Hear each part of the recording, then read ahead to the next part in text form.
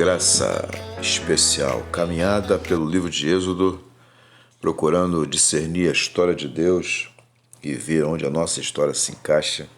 Estamos caminhando junto com Moisés e estamos caminhando com ele pelo deserto, e ele chegou a um lugar bastante interessante. O texto de Êxodo, capítulo 2, versículo 21, vai dizer que Moisés aceitou e concordou também em morar na casa daquele homem.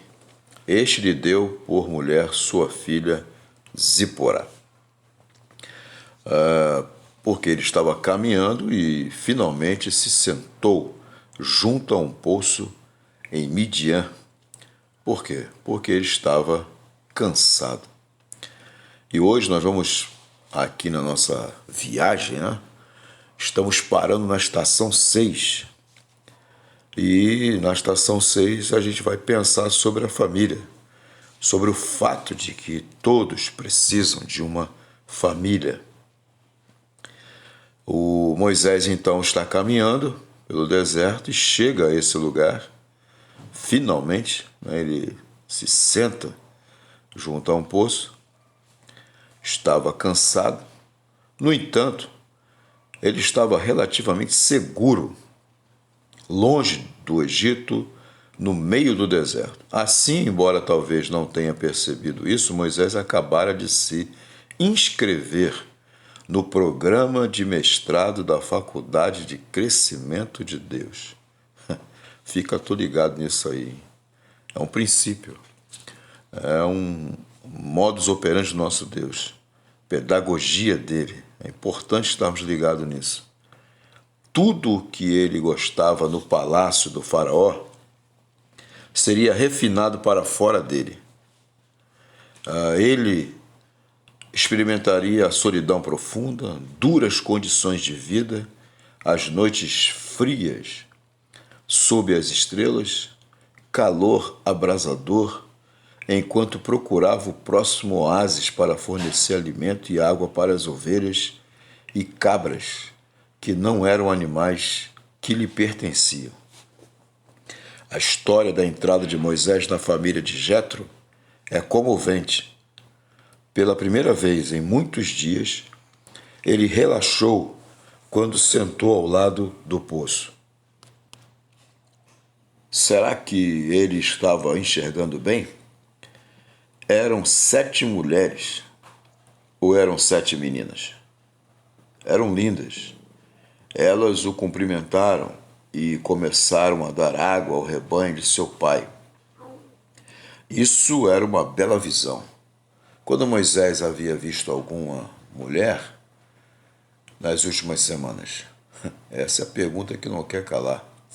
Será que ele sentiu em seu coração que uma delas, em particular Zípora, seria a mulher com quem se casaria? Então, o problema chegou. As escrituras não dão detalhes. Alguns pastores se aproximaram e começaram a expulsá-las dali. Moisés, porém, veio em auxílio delas e deu água ao rebanho. Moisés detestava valentões, que é o que esses pastores eram. Assim como fez com o egípcio abusivo, seu compatriota, Moisés não ignorou a opressão. Ele tinha de agir. Esses pastores baderneiros não eram páreo para um líder treinado e testado em batalha. Como resultado, ele ganhou algo de que mais precisava: uma família. Essa era uma família chefiada por um pastor. Ele era chamado de Reuel, mas era mais conhecido como Jetro, um sacerdote de Midian. Nós realmente não sabemos o que isso significa. Ele era um sacerdote do Deus vivo e verdadeiro? Provavelmente não. Mas ele era o líder religioso de uma tribo onde Deus colocou Moisés para sua proteção. Moisés não poderia sobreviver sozinho por 40 anos.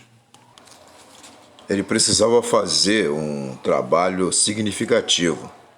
Ele precisava de uma família com que pudesse descansar e desfrutar de refeições e conversar com um homem mais velho. Jetro era um sogro experiente, sábio, que um dia ajudaria Moisés a organizar estruturas de liderança dos israelitas. Moisés também ganhou uma esposa. Jetro precisava casar suas filhas e Moisés claramente protegeria Zípora. Esse foi um casamento feliz? Provavelmente não. Dizemos isso com base no incidente em Êxodo 4, em que Zípora salvou a vida de Moisés, circuncidando o filho deles e, em seguida, chamando Moisés de esposo de sangue. Ainda assim, Moisés precisava de uma esposa. Ele precisava de uma família. Pode não ter sido um casamento perfeito, mas o que é um casamento perfeito? Moisés era um intelectual. Zípora provavelmente era analfabeta. Não sei se Moisés teve muitas conversas profundas e significativas com sua esposa. Apesar disso, Zípora era leal a Moisés e salvou sua vida fazendo algo que ela odiava fazer. Ela era um presente de Deus a Moisés. Um versículo precioso que Deus usou no início da minha vida, disse o irmão André, no seu testemunho. É o Salmo 68, versículo 6. Deus dá um lar aos solitários. Vou repetir.